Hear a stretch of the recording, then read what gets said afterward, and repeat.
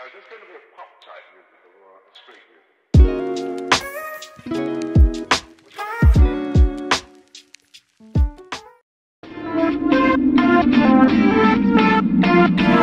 Bienvenue sur la chaîne de Azriel TV9. Abonnez-vous massivement à la chaîne YouTube. N'oubliez pas de cliquer sur la cloche de notification pour être alerté de toutes nos vidéos. J'espère que vous allez bien. Bienvenue sur la chaîne de Azriel TV9. Je suis contente de vous retrouver encore une fois de plus sur notre chaîne Azriel. Donc merci à vous pour vos abonnements. Merci chaque vidéo. Il y a un nouvel abonné qui s'abonne. Merci à vous. Avant de commencer la vidéo, abonnez-vous à la chaîne YouTube, commentez, partagez, likez, abonnez-vous surtout, abonnez, on veut les 600 abonnés, vraiment, donnez-nous de la force. Avant de commencer la vidéo, je tenais à remercier le président de l'association Azriel qu'on n'oublie pas, hein, là où tu es, Willem, merci à toi. Merci aux membres de l'association Azriel qui sont toujours là jusqu'à présent, de porter aussi l'association avec nous et les abonnés, merci à vous. Comment vous remercier d'être toujours présent, de commenter, de faire des débats dans les commentaires, donc ça fait énormément plaisir, donc merci à vous, j'arrive même plus à parler. Donc, sans plus tarder, je vais balancer les 3 services, donc c'est Azriel Car. Première pub, je vous lance la pub, on se retrouve juste après, c'est parti. Donc si tu veux louer une voiture, voilà, une voiture à 9 places, où tu pourras aller en vacances, pour se déplacer, pour profiter un peu du bon temps qui va arriver, nous, Azriel Car, voilà, on est là, on loue des voitures, on loue des trafics pour vous, si vous voulez, n'hésitez pas à nous contacter. Première pub, Azriel Car, donc si vous souhaitez louer, voilà, un trafic 9 places, n'hésitez pas à nous contacter. Le deuxième, c'est Azriel Fret Livraison. Azriel Fret Livraison. Si vous souhaitez envoyer vos colis à Kinshasa, regardez cette pub, elle est pour vous et on se retrouve à la fin de la pub. Azriel Service de Fret pour l'envoi de vos colis au Congo Kinshasa et bientôt partout dans le monde. Vous pouvez nous faire confiance pour vos colis qui seront en bon état, bien sécurisés et arriveront à bon port. Donc, Bobanga Teba, colis Nabino et Kozala entre de bonnes mains avec Azriel Service Fret. L'efficacité, c'est notre travail, donc pas de soucis. Bota la vidéo Oyena Suka pour besoin de renseignements, na précision nyoso pour benga biso pour na colis Nabino. Si vous souhaitez envoyer vos colis au Congo Kinshasa, vous n'avez pas d'agence ni de carton, Azriel Fret Livraison est là pour vous. On a des cartons de toutes les dimensions disponibles, donc n'hésitez pas à nous contacter. Donc voilà, direction Congo Kinshasa, on a 2 points relais qui se situent à Kinshasa pour récupérer vos colis, c'est Njili et Kassavubu. Donc n'hésitez pas à nous contacter, on va vous laisser notre numéro de téléphone. Le délai de vos colis pour que ça arrive au Congo Kinshasa, c'est entre 3 semaines et 1 mois. Donc par voie maritime, c'est-à-dire par bateau. Donc voilà, c'est très rapide, très professionnel, très sécurisé. Donc n'hésitez surtout pas à nous contacter. Merci. Voilà, c'était le deuxième service. Donc le troisième, c'est Azriel Queen Secret. Je vais vous lancer la pub et nous on se retrouve juste après. Si tu es intéressé par nos produits, n'hésite pas à nous contacter. Donc là, voici nos perles détox. Ça nettoie toute infection, toute bactérie et ça te détoxifie le ioni.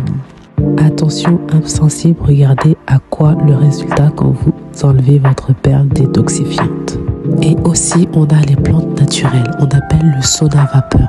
Ça permet d'équilibrer les hormones et le pH. Ça améliore la fertilité, ça diminue les sécheresses vaginales et ça apaise les crampes menstruelles. Ça te détoxifie, ça te purifie de l'intérieur. Et voici notre troisième produit, les capsules Queen Ioni. Donc ça, c'est le best-seller. Si tu as des pertes malodorantes, des pertes vaginales, tu as des bactéries, des démangeaisons, des irritations, voilà, c'est pour toi une cure de 7 jours et que tu verras, après les capsules, tu n'auras plus rien. Donc n'hésite pas à passer commande si tu es intéressé par nos produits. Bye. C'était la troisième pub Azriel Queen Secret. Donc voilà, si vous êtes intéressé, voilà, je ne vais pas me répéter. Numéro de téléphone, n'hésitez pas à nous contacter, à nous appeler, envoyer des messages. Sans plus tarder, on va continuer concept d'habitude, histoire vraie. Donc aujourd'hui, on va parler du Congo. On va se retrouver dans le pays du Congo. On va parler d'un ancien premier ministre du Congo, de la République démocratique du Congo, donc Moïse Tshombe. On va connaître un peu sa vie, son parcours, qu'est-ce qui a fait que son nom a marqué l'histoire. Donc voilà, je vous invite à regarder la vidéo et nous on se retrouve à la fin. Moïse Tshombe, né le 10 novembre 1919 et mort le 29 juin 1969, est un homme d'État congolais. Il a été président de l'État sécessionniste du Katanga de 1960 à 1963, puis Premier ministre de la République démocratique du Congo de 1964 à 1965.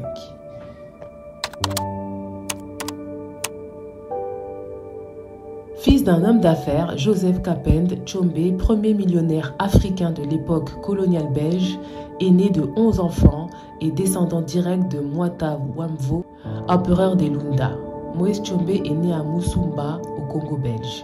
Il fait ses études dans une école de missionnaires américains méthodistes à Mulungishi, dans la province actuelle du Haut-Katanga, puis à Kanene, dans la province actuelle du Haut-Lomami. L'administration coloniale lui refusa l'autorisation d'aller poursuivre des études supérieures à l'étranger comme l'avait prévu son père. C'est ainsi qu'il fut contraint de poursuivre des études supérieures de comptabilité par correspondance. Dans les années 1950, il développa une chaîne de magasins au Katanga et s'impliqua en politique, fondant le parti Konaka, prônant un Katanga indépendant.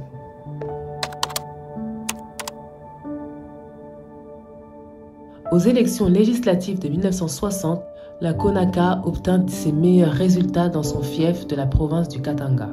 La République démocratique du Congo devint indépendante et Tshombe et la Konaka déclarèrent la sécession de la province du reste du Congo le 11 juillet 1960. De graves troubles ethniques éclatèrent alors. Les Katangas se mirent à chasser les immigrés kassaïens de l'ethnie Luba que l'administration coloniale avait fait venir pour travailler dans les mines. Il y eut de nombreux morts. Chrétien et anti-communiste pro-occidental, Tshombe fut élu président du Katanga en août 1960, annonçant « Nous faisons sécession du chaos ». Certains analystes pensent que Tshombe a fait sécession parce qu'il n'était pas dans le gouvernement de Lumumba. Souhaitant la continuation des liens privilégiés avec la Belgique et notamment avec l'Union minière du Haut-Katanga, Tshombe demanda au gouvernement belge une aide pour constituer et former une armée katangaise et reçut un soutien important de l'ancienne métropole coloniale, conduisant à une détérioration notable des relations entre le nouvel État indépendant du Congo et le gouvernement belge. La France, voulant profiter elle aussi de minerais katangais, envoie à Moïse Tshombe le renfort du mercenaire Bob Denard et de ses hommes. Il bénéficie en effet du soutien des réseaux de Jacques Foccart, le monsieur Afrique de l'Élysée. Le premier ministre Patrice Lumumba et son successeur Cyril Adoula demandèrent de leur côté l'intervention des forces des Nations Unies pour préserver l'unité du Congo. Les Nations Unies répondirent favorablement à cette demande.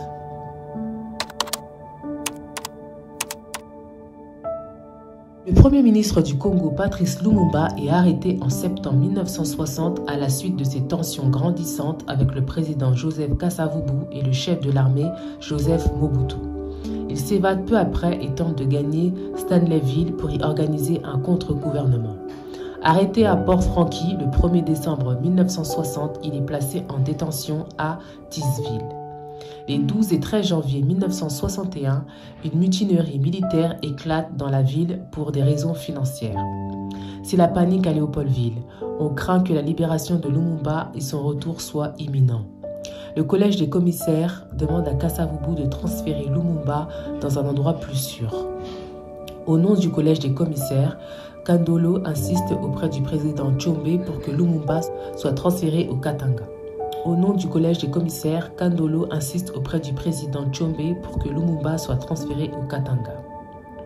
À cette date, le gouvernement congolais et le gouvernement katangais sont encore en négociation et se sentent tous les deux menacés par Lumumba et ses partisans. Le gouvernement katangais est ainsi à cette date en proie à des attaques de troupes lumumbistes dans le nord Katanga. Une action commune contre Lumumba est donc dans leur intérêt commun. Le gouvernement congolais livre finalement son prisonnier au gouvernement katangais de Moïse Tshombe le 17 janvier 1961. Il meurt le même soir entre 21h40 et 21h43 d'après le rapport d'enquête belge. Tshombe refuse d'assumer le décès de Lumumba, affirmant d'une part qu'il ne savait rien du transfert de Lumumba vers le Katanga et d'autre part que son prisonnier est mort lors d'une tentative d'évasion. Concernant la première affirmation, la commission d'enquête belge de 2001 est formelle. Il y a 3 déclarations du 18 janvier qui contredisent la version de Tshombe. Pour la commission, Tshombe a bien donné son accord au transfert de Lumumba sur son territoire. Elle cite en particulier une déclaration officielle katangaise confirmant l'accord du gouvernement sécessionniste. Concernant la seconde affirmation de Moïse Tshombe sur son absence d'implication dans la mort de Lumumba, la commission d'enquête indique d'abord: il apparaît que la reconstitution détaillée et illustrée des faits de ce 17 janvier est aléatoire, mais elle considère que plusieurs faits sont assez précis. À 16h50, l'avion de Lumumba atterrit. De 17h20 à 20h30, Lumumba et ses 2 compagnons sont enfermés à la maison Brouwez, où il est certain que les prisonniers ont subi des mauvais traitements de la part de leurs gardiens, mais aussi de la part des ministres katangais. Il est possible que le président katangais participait au sévice, même si aucune source ne le prouve. Il semble hors de question qu'il n'ait pas vu les prisonniers dans la maison Brouwez, au moins lors du départ des prisonniers vers le lieu d'exécution. La décision de Tshombe de l'exécution de Lumumba est donc certaine pour la commission, mais 4 représentants belges qui soutiennent la sécession katangaise y participent aussi. La commission de police, Franz Verschure, le capitaine Julien Cat, le lieutenant Michel et les prisonniers. Vers 21h15, 21h30, Lumumba et ses compagnons arrivent sur le lieu de leur exécution. Ils vont être tués par balle en présence du président Tshombe et de plusieurs de ses ministres. Lumumba meurt en dernier.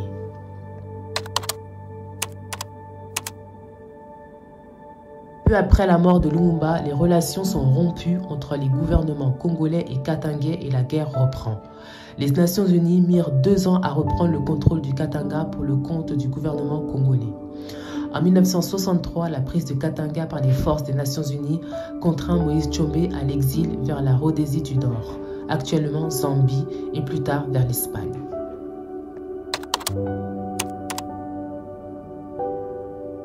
En 1964, il retourna au Congo pour prendre part à un nouveau gouvernement de coalition en tant que Premier ministre.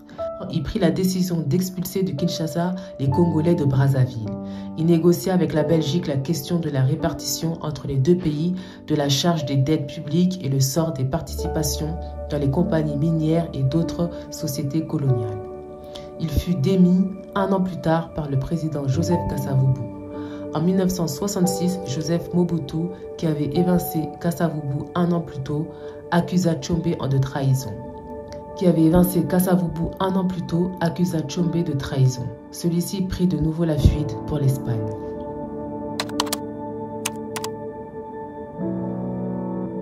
En mars 1967, un tribunal congolais le condamne à mort pour contumace lors du procès Chipola pour avoir proclamé la sécession du Katanga, avoir aliéné l'indépendance économique du pays lorsqu'il était Premier ministre en signant les accords réglant le contentieux belgo-congolais, après avoir constitué une armée de mercenaires, avoir maintenu la subversion dans les unités katangaises de l'armée nationale congolaise en vue de renverser le nouveau régime. Le 30 juin 1967, le jet BAE 125 dans lequel il voyageait est détourné vers l'Algérie par une de ses relations d'affaires qui voyageait avec lui, Francis Beaudenant, qui travaillait dans le régime de Mobutu et la CIA américaine. Pour autant que l'on puisse faire la lumière sur ce genre d'affaires, l'opération de toute évidence est l'œuvre de Mobutu et ses services. Bernardin Mugoul Diaka, ambassadeur à Bruxelles, a sans doute reçu pour mission de l'organiser, quoique toujours à demi-mot, il l'admettra plus tard. Considéré comme le meurtrier de Lumumba, Tshombe est placé en résidence surveillée par le pouvoir algérien de Ouari Boumedienne. Le régime de Mobutu demande son extradition, qui aurait selon toute vraisemblance conduit à son exécution, refusée par Boumedienne qui déclare proférer un procès international. En juin 1969, toujours privé de liberté, il meurt en Algérie, officiellement d'une crise cardiaque. Et voilà, c'est la fin de la vidéo. J'espère que vous avez apprécié la vidéo. J'espère que vous avez apprécié l'histoire. Et merci d'avoir regardé la vidéo jusqu'à la fin. Merci à vous.